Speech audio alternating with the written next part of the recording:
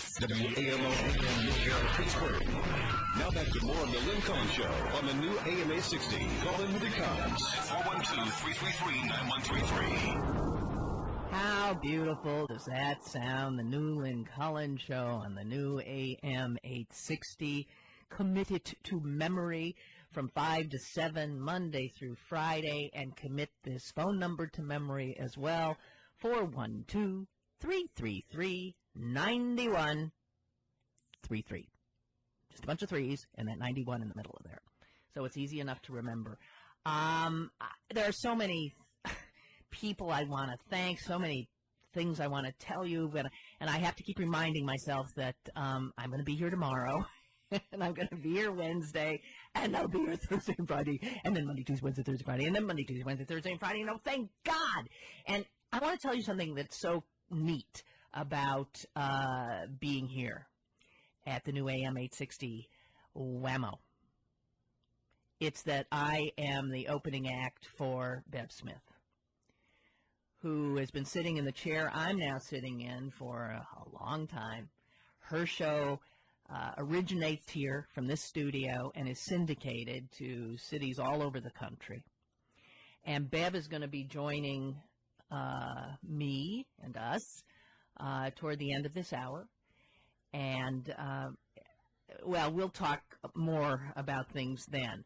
Bev's producer is none other than Lawrence Gaines, the dear, dear friend of Doug Hurst, and a former producer for Doug and a former producer for me.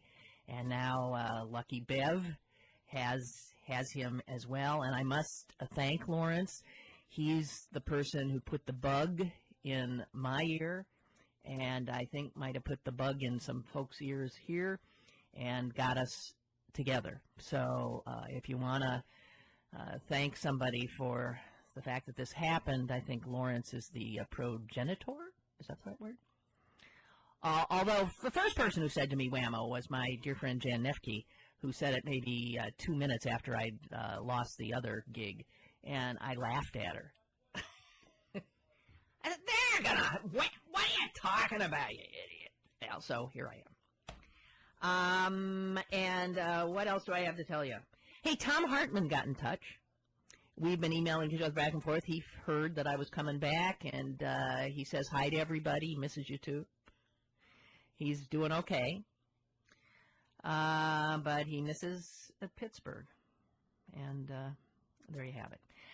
There's so many things for those of you who tuned in for some meat, I'm sorry, because I knew today would be more like just sort of a lot of hugs and kisses and stuff like that.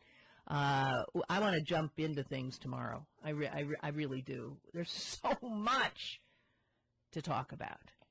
And, maybe it was a godsend that I was spared the end of the election. Maybe it was. You remember what happened to me 4 years before at the end of the election? The Kerry Bush. Do you remember? I was almost hospitalized by the time it ended. And in fact, I did. I had to, that's when I ended up like, essentially unraveling. When this country re-elected that goofus.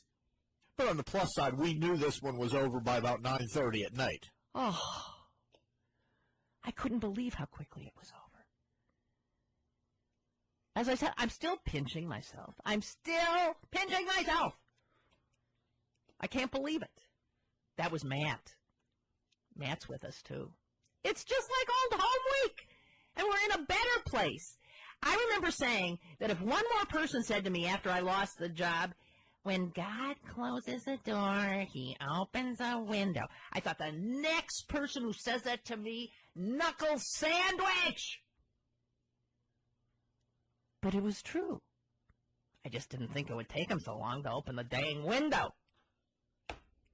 God. Okay, so you remember that phone number, okay? 412-333-9133.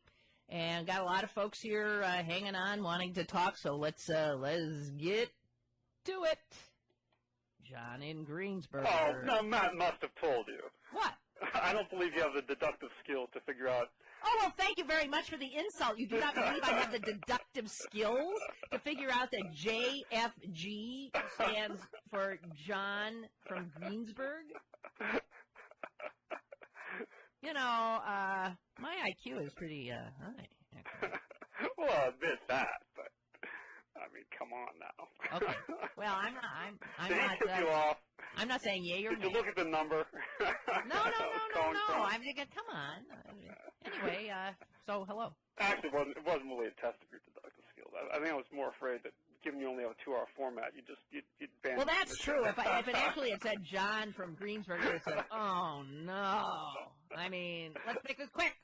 Well, you know, I was going to start out by singing "Back in the Saddle" again, but aside from not wanting to subject your new audience to my singing,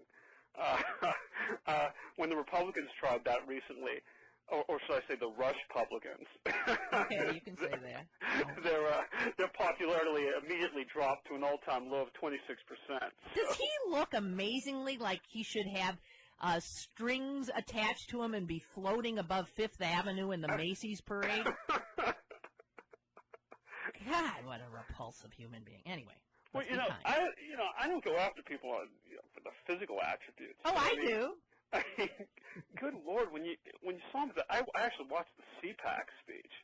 I mean, it was, because every once in a while I like to visit an alternate universe. Yeah. And that's the closest thing you come nowadays. Mm-hmm. And, It's true. And I'm looking at this guy, and I'm thinking, what, he's in that all-black getup, and I think David Letterman pegged it when he said it was looking like a sleazy Eastern European gangster. Right, he looked like one of the buttoned. Yeah, he looked like one of the oligarchs from Kiev. And I will go out on a limb here and say that I think the guy was hopped up on something. Well, he's listen, he has a history of abusing certain substances, I mean, and we I'm know not that just being flippant here. I mean, maybe it was just adrenaline or caffeine, but he was bouncing up and down and flailing his arms around and. He actually was doing a pretty good, almost when Fidel takes in his prime, when he would take the stage. I'm thinking of the cigar and Fidel, and how he'd go on for. I mean, it almost seemed like he was doing Fidel. The best part was when he criticized liberals for not understanding the Constitution, and then went on to misquote it, or excuse me, quote the Declaration of Independence in its place, and misquote that on top. Yeah. That was just the best. Well, unfortunately, he loves all of this. He loves being the center of attention. He loves. Well, I'm all for it too. Hey, he should be the leader of the Republican Party. Well, I'm afraid he is. I'm afraid. I mean, the reality is they have no leader. Limbaugh Palin, 2012. There you go.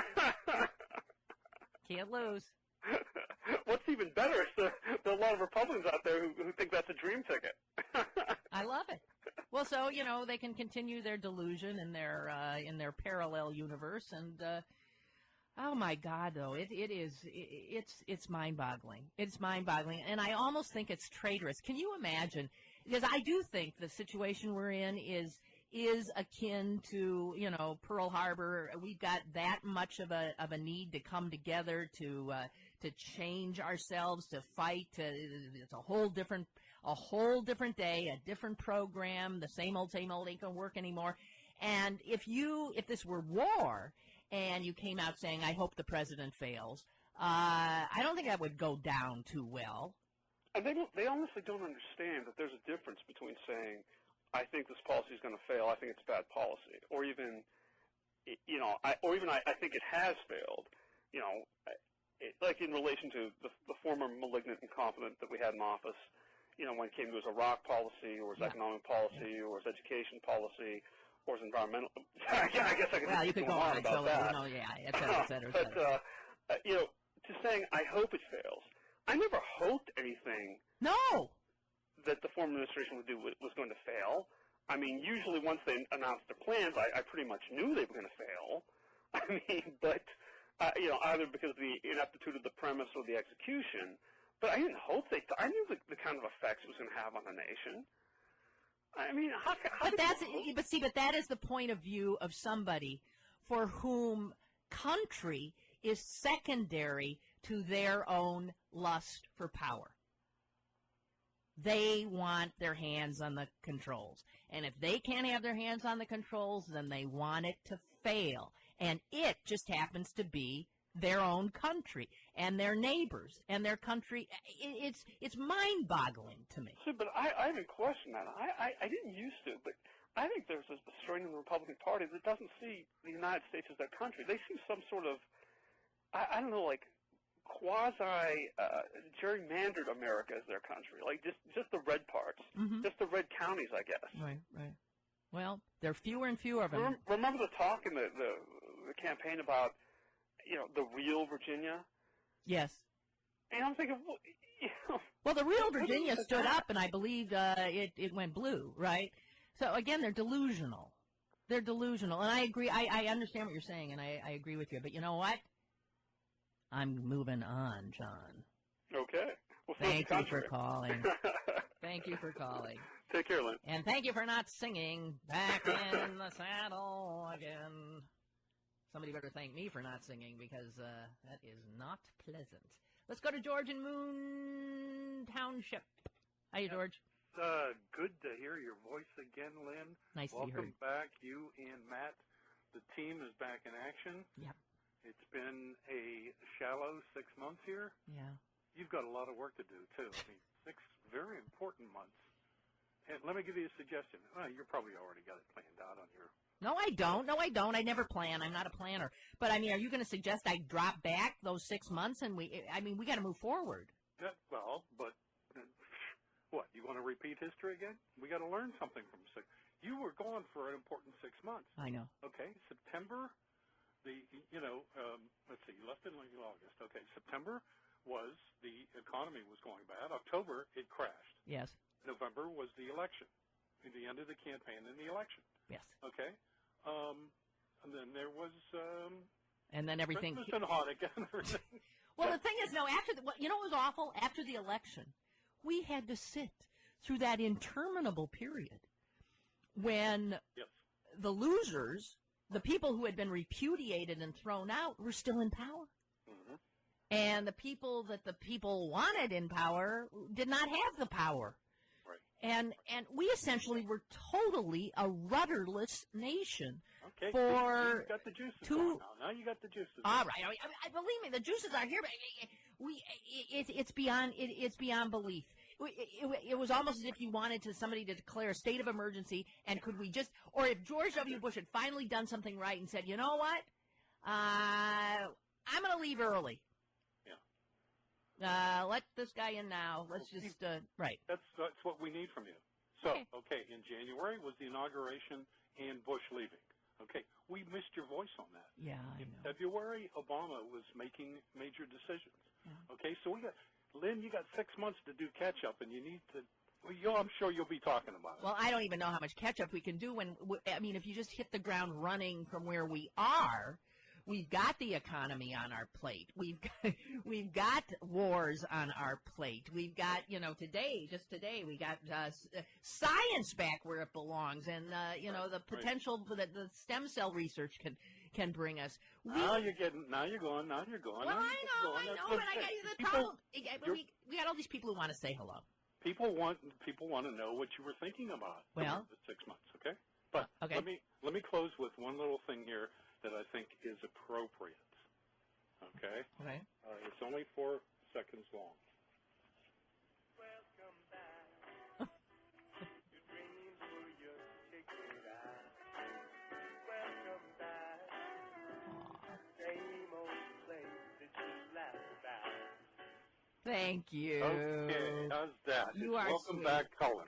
I love it. Thank you. See ya. Thank you. Bye.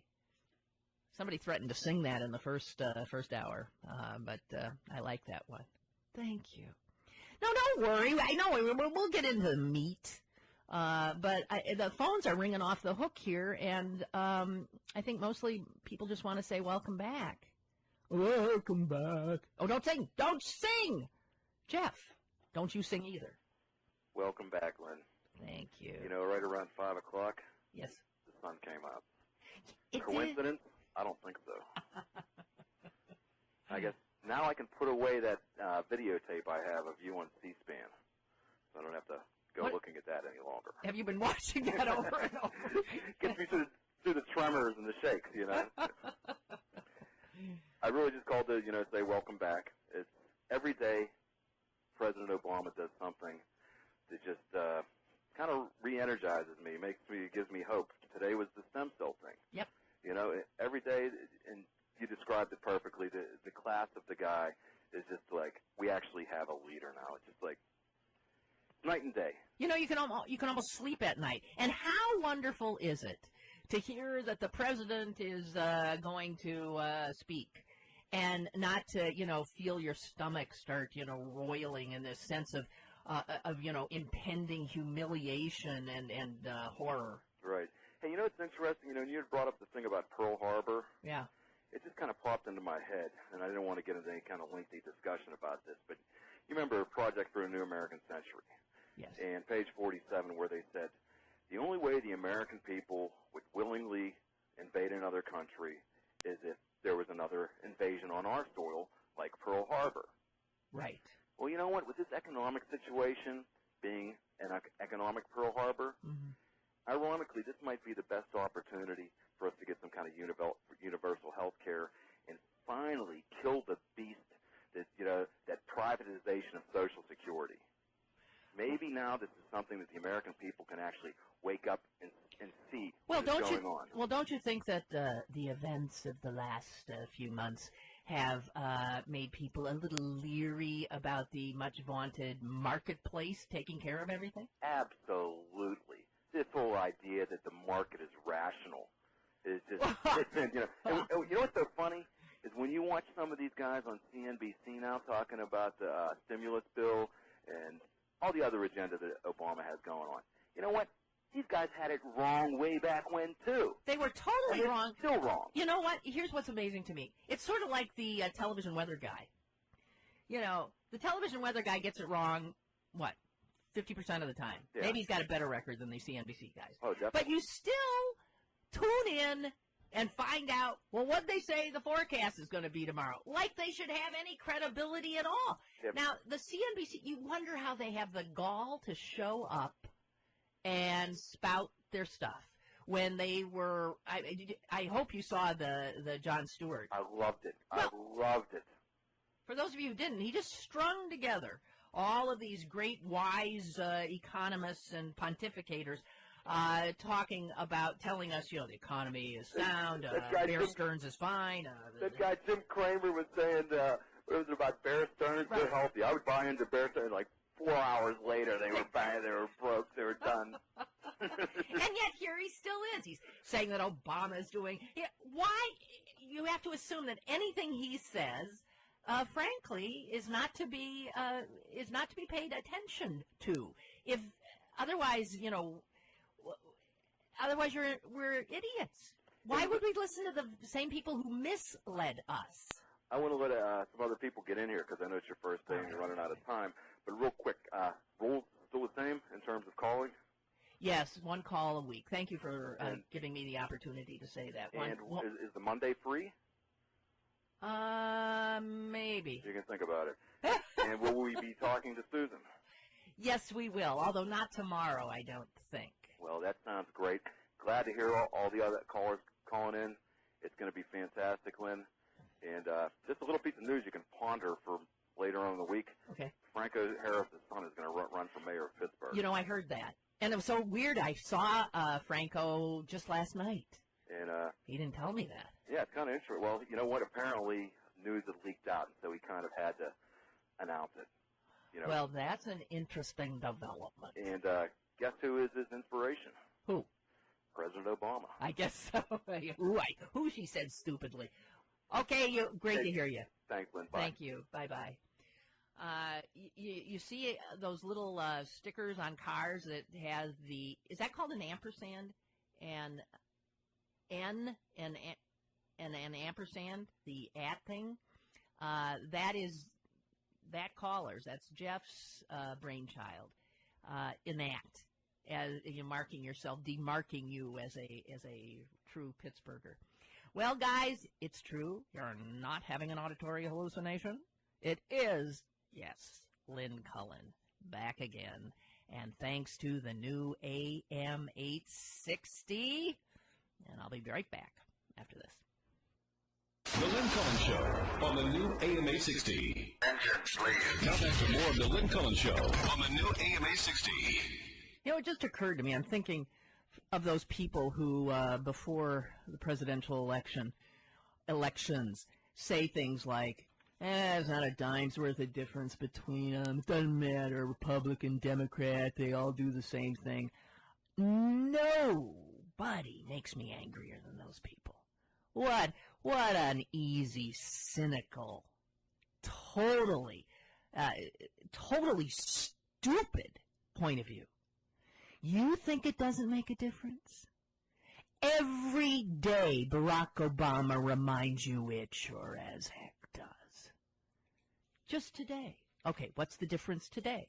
Well, among probably a million other things, his administration today reversed George W. Bush's limits on federally funded stem cell research, right? And you know why? Because the Obama administration thinks that science should trump political ideology. What a novel idea. And do you know how much of a difference that will make? Conceivably, that can make the difference of lengthening your very life. But oh no, not a dime's worth of difference between them. So easy to be a cynic. It's so easy to be a cynic, and it's so stupid and cowardly and lazy. Let's talk to Jim in Oakland. Hi, Jim. Lynn, welcome back. Thank you very much. And I was no sooner clicked into the queue earlier by Matt, and I realized I forgot to welcome him back. So welcome back, Matt. And, wow, I got a list here, but quickly, Rupert Murdoch's really doing a job on your alma mater, as I'm sure you're aware. No. Took about 1 or 2 days of pumping and dumping stocks for me to start cruising the AM dial looking for something to replace you, and didn't take long to realize that Rush Limbaugh and the likes of him are pretty much dominating the AM. So that old byline that I used to object to of you being the Pittsburgh's lone liberal, I guess maybe it was true. Well, the thing is, no, there are. I can think of two other liberal voices, and that would be obviously Chris Moore, but he's not on Monday through Friday. Yeah. And then, of course, there's Bev Smith, who should be stopping in any minute because I'm sitting in her chair. But Bev's show is syndicated, so it doesn't provide Pittsburgh a local voice in a strange way. Even though she is here, she is local. But this is our opportunity for a Monday through Friday local progressive Pittsburgh voice. And you got the people driving home. Yeah. Which you didn't have for the most part. No, it's a better time slot. Right. And well, you got your work cut out for you.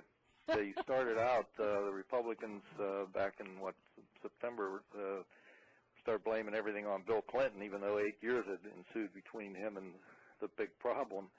And now they're trying to call it Obama's recession. So you know who else they're blaming now? They're blaming Franklin Delano Roosevelt.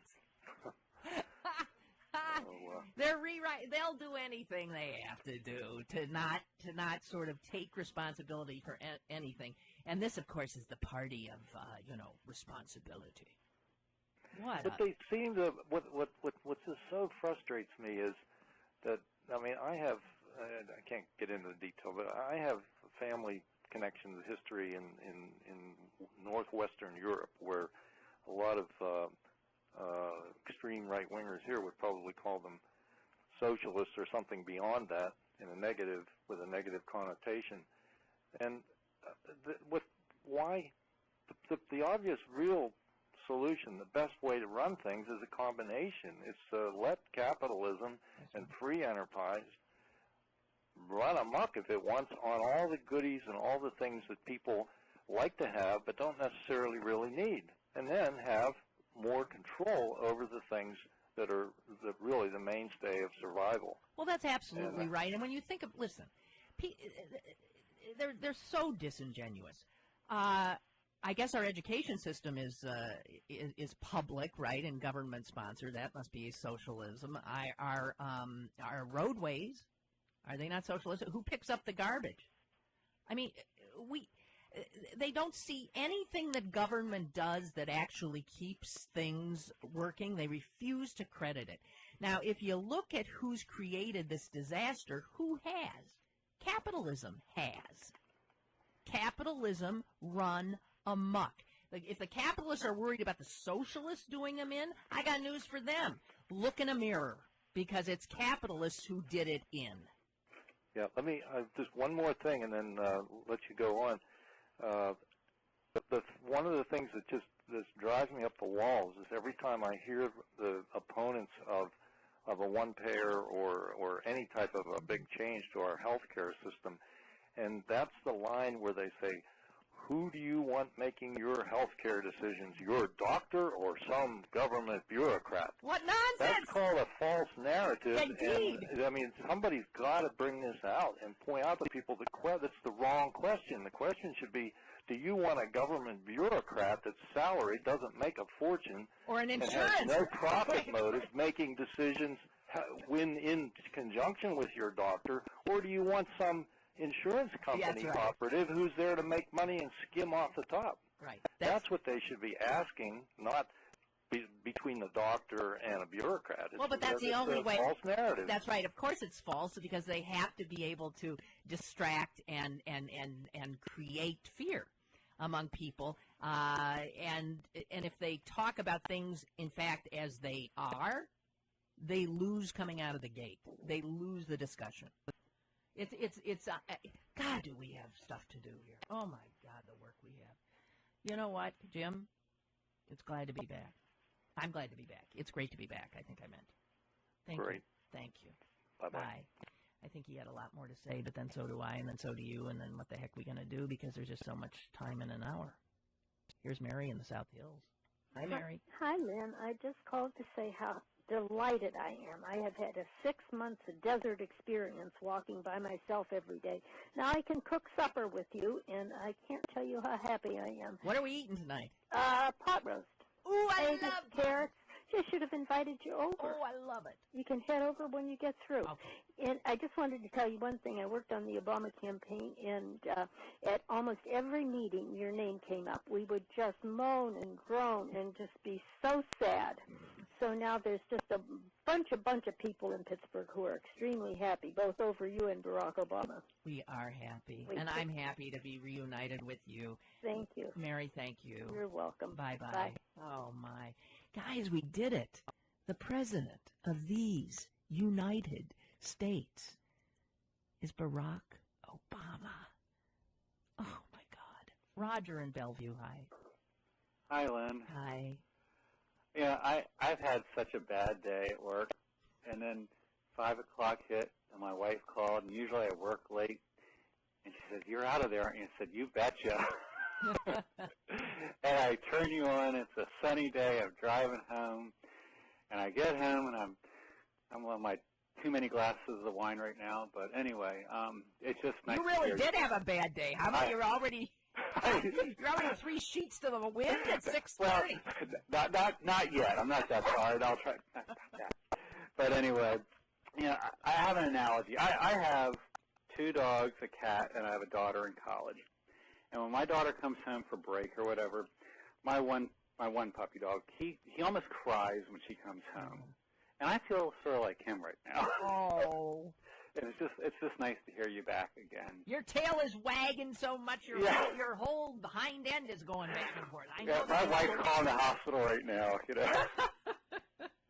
But it's great to be back, Roger. And it's good for all of us that you're back. Okay. It really is. And it was such a dry spell. Thank God for MSNBC and the Daily Show and the Colbert Report. And it's sad that that's what we have to hold on to get any type of news anymore. Isn't that amazing? Oh, it is. You have to turn on a comedy show. Oh, well, yeah, but you get. I know, you actually get news. You at least they ask the tough questions. I mean, and then I was at a party Saturday night, and we're trying to keep it quiet because most of us are liberals, but unlike the conservatives, we're actually trying not to hurt their feelings, and we're being respectful. And so, like when we were alone, we're quietly saying, you see what Barack Obama signed off for? Stem cell research is back. It's like, yeah, science is back in the White House, and we're so excited. And you just touched on that, and it's just like we don't have those conversations anymore. And it's and maybe one of the things I want to charge you with is the leaders of the Republican Party are all pointing at that idiot and saying he's the leader of conservatism and everything. Mm-hmm. And it's like, why aren't, especially the Democrats, and I guess they're a bunch of, I better not say that. But anyway, somebody's going to bring back liberalism, bring back liberal, the word. I mean, it's just been so shut. It's been in back of the closet for so long. Well, don't look now, but there's a whole bunch of them right now at 1600 Pennsylvania Avenue. Yeah, but nobody's saying it. Okay, fine. But it's still a bad word. It's a bad word. Okay. But anyway, I don't want to go down that path. Thank you. Thank you, Roger. I'm glad you're back. Thank you. Okay, bye. Bye. Can you hear his tail wagging? I do have to get a break in here. We're hoping that Bev Smith will be joining us after the break, but if she's not here, I see there's tons of you there, and I'll come right at you if Bev isn't here, and blah, blah, blah, blah, blah. I am, yes, Lynn Cullen, and this is the new Lynn Cullen Show on the new AM 860. Now back to more of the Lynn Cullen Show on the new AM 860. Call in with your comments at 412-333-9133. We've got some more time here, and until Bev Smith comes in to reclaim her seat in her studio, I'm continuing to talk to you. Dan in McKeesport, you're up. Dan? Yes. Just want to say welcome back. We really missed you. A void in our life has been filled again. I just wanted a couple little stories. I was looking for Barack Obama bumper stickers, things like that, before the election, and I went into a Pleasant Present. Yes. And Michael was just ranting and raving. I asked him if he knew anything about you, and he was just so concerned about you. And when I logged onto his website about a month ago because I was looking for a gift, and I saw you on there, I was so excited that I started making phone calls telling everybody. And as a matter of fact, I passed by Michael's store today, and he has a sign out front saying you're back. I passed by his store today, too, and saw that. I thought, oh, my heavens, isn't that wonderful? So, I mean, if you see somebody walking around with a sandwich board, I wouldn't be surprised. People are getting the word out, and I do hope all of you will continue to, if you have, emails, Facebook, MySpace, Twitter, all that kind of nonsense, go ahead and do it. Right. We didn't really know where you were going to be until maybe late last week, and I've been trying to spread the word and things like that. Thank you, Dan. And just want to let you know we missed you, and welcome back. Thank you. Thank you. Bye. Bye. Can't hear it enough. Now, according to what Matt's written down here, these are my number one fans. So, Jean and Loretta. Hey, this is Jean. I'm the 98% that usually doesn't call talk radio, and Good for you. I became a fan because I sent you an email. My mom, who's sitting here, is part of the Greatest Generation, and she's been shaking her head for the last months over all the things that transpired. She has gone all over the radio looking for something really to listen to. I was never a talk radio fan because they would make me so darn mad. It was like living in a parallel universe. And when you talked about the sense of community, I know there's folks out there that will recognize my voice. I typically wouldn't call in. That we talk like you talk. And in the spirit of my mom, who is having a birthday, she will tell everybody she's turning 49, but she's 91. God bless you, Loretta. And we're sitting around the radio just like in her days. We literally had supper and we had the radio on the table. From the minute I came to her house, she wanted to make sure I could find you on the radio. And Jim from Oakland. It was great to hear Jim. We've met him. He's come to parties. My mom is excited, but it is a sense of community, and now we kind of have a forum because it sure hasn't been around anywhere else. So we're spreading the word. Thank you. It's such a pleasure, and big kiss to your wonderful mother for me, and happy birthday. Thank you, Lynn. Right. We love you. Welcome back. Bye. I'm telling you, it's family. I'm telling you. And we'll take you in, too. If you're new to us, please stay, get to know us. It's as warm and also smart a crowd as you're liable to encounter. And we fight a lot, though, too. We haven't done that today. Okay. I'm sorry. You told me. Wait, hang on. I knocked someone off. I didn't mean to. Oh, Dee Dee, I'm so sorry. Here's Nikki in Atlanta. Hi. Hi, Lynn. How are you? This is Nikki. You came to my mom's birthday party. Yes, I did. Back. I remember. Yes. So I just wanted to call and congratulate you. I'm glad you found a new spot. I'm really excited, even though I'm not listening right now. But I'm just happy that you have a new spot, and it's another reason for us to have a party. So we'll have to work on that. How's you making any movies? I'm still working on turning Whistle Lesson into a series. So still working on that and showing that at different schools around the country. So. That's just wonderful. Yeah. Nikki, for those of you tuning in, is one of those amazing, creative, bright young Pittsburghers who left town. I come back occasionally. I know you do. Hey, thank you so much, Nikki. Okay. Hello Good to luck everyone with in the show. Atlanta. Okay. Okay. Bye-bye. Bye-bye. Well, ladies and gentlemen, she has entered the building. Bev, how odd is this? How odd? Is this something? How odd is this? Destiny. Because the last time I saw you, you were sitting here, and I'm sitting there, and then I got canned the next day. I know, and I called you. You called me. I said, "Oh my God, Lynn, did I do?" And usually I say, "Oh my gosh," but this was one of those "Oh my God" moments. And I said to you, "Was it something that I said like I could cause that, But I couldn't believe it. It was just too unkind. But the school of thought that I come from, I believe that everything is planned. And this is too much. I mean, we're not the odd couple, but we definitely are a couple in this business as two women who have done it all, struggled, and interwoven into each other's lives. Is it odd or what? Folks, this is Bev Smith, whose chair I am sitting in, whose studio I am sitting in. She makes me feel so good. And Bev Smith, God, were you the first woman doing talk in Pittsburgh, do you think? Serious talk? Well, let's see. I have to stop and think about that. I wonder. There were some women who did weekend shows, yeah. But I think a straight I think I was. I was the first African-American consumer advocate, too, at Channel 11. First consumer advocate there.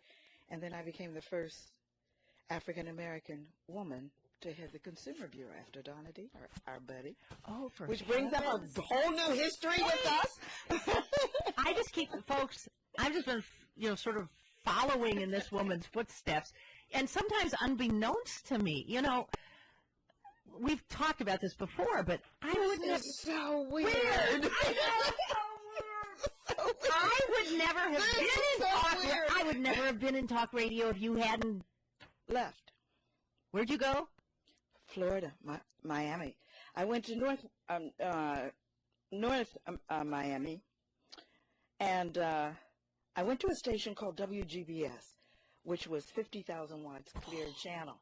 And how I got there was the program director, Lee Fowler, from KDKA said to me, when I was the first black woman to have a show there, and it might have been the first black there, too. I think it was. Well, probably And he said, if I ever get a chance, I'm going to hire you. I didn't believe it. Voila. There was an opening, and who steps into the time slot that I had, thanks to Jack Bogut, may he always be healthy and wise, I love him, Pittsburgh Connection. It's so And here we are again. And this is a good fit. Because we should be exhaling, because for years we have been saying things that now other people are saying, and we're going, what are you talking about? We told you that like 10 years ago. You felt that way? Well, right. And I've been saying I have to pinch myself. Every time I hear President Obama,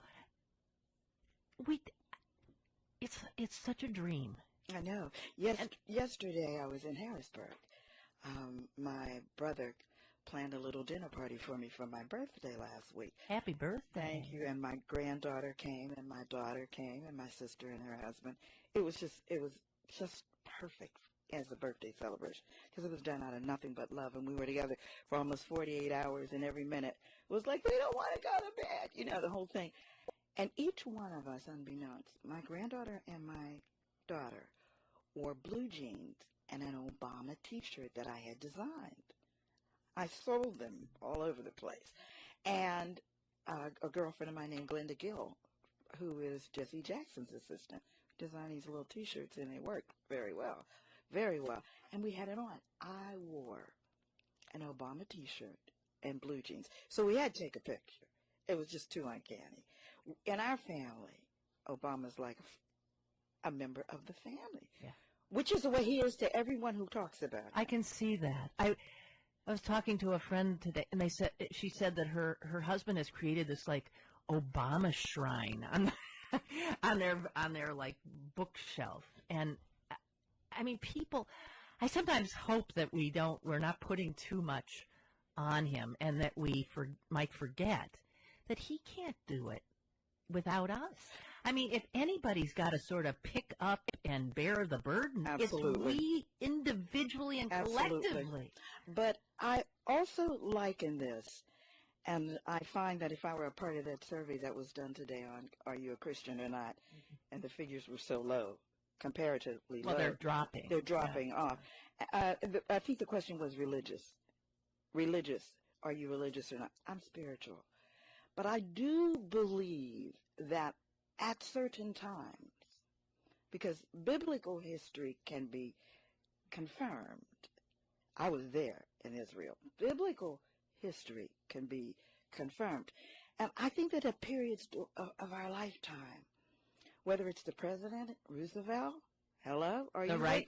I'm totally with you. And it isn't, and we, the people, have absolutely nothing to do with it, and everything to do with it, you know? I was listening to Taylor Branch speak last night. He's a Pulitzer Prize-winning biographer of Dr. King. And he pointed out that it's been 40 years since Dr. King's I Have a Dream speech.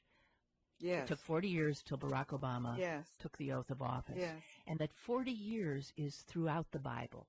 The Israelites wandered after the waters were parted, and they went out of slavery for 40 years before they reached the promised land. And Jesus was in the wilderness for 40 days, and Noah didn't open up the window for 40 significant, days. So 40 keeps repeating itself. And I absolutely agree. When our country has needed a special man. Well, the world, because you have to count the world, Gandhi, you have to count Mother Teresa. But there is also something else, and I've been doing it on my show. Oh, are we out of time? Listen, I'm just telling you, because I don't want to mess up your show. You got 26 seconds. Okay, I just want you to know that he's only been in office 40-some days, and promises made, promises kept. He kept a promise today. He kept a promise last week. He kept a promise about the stimulus. Promises made, promises kept. God sent him. I agree. Completely agree. You are listening to the great Bev Smith, whose show begins at 7 p.m. I come back at 5 p.m. tomorrow, and the next day and the day after that, the day after that. Wonderful! This isn't a joke anymore. The Lynn Cullen Show on the new AM 860.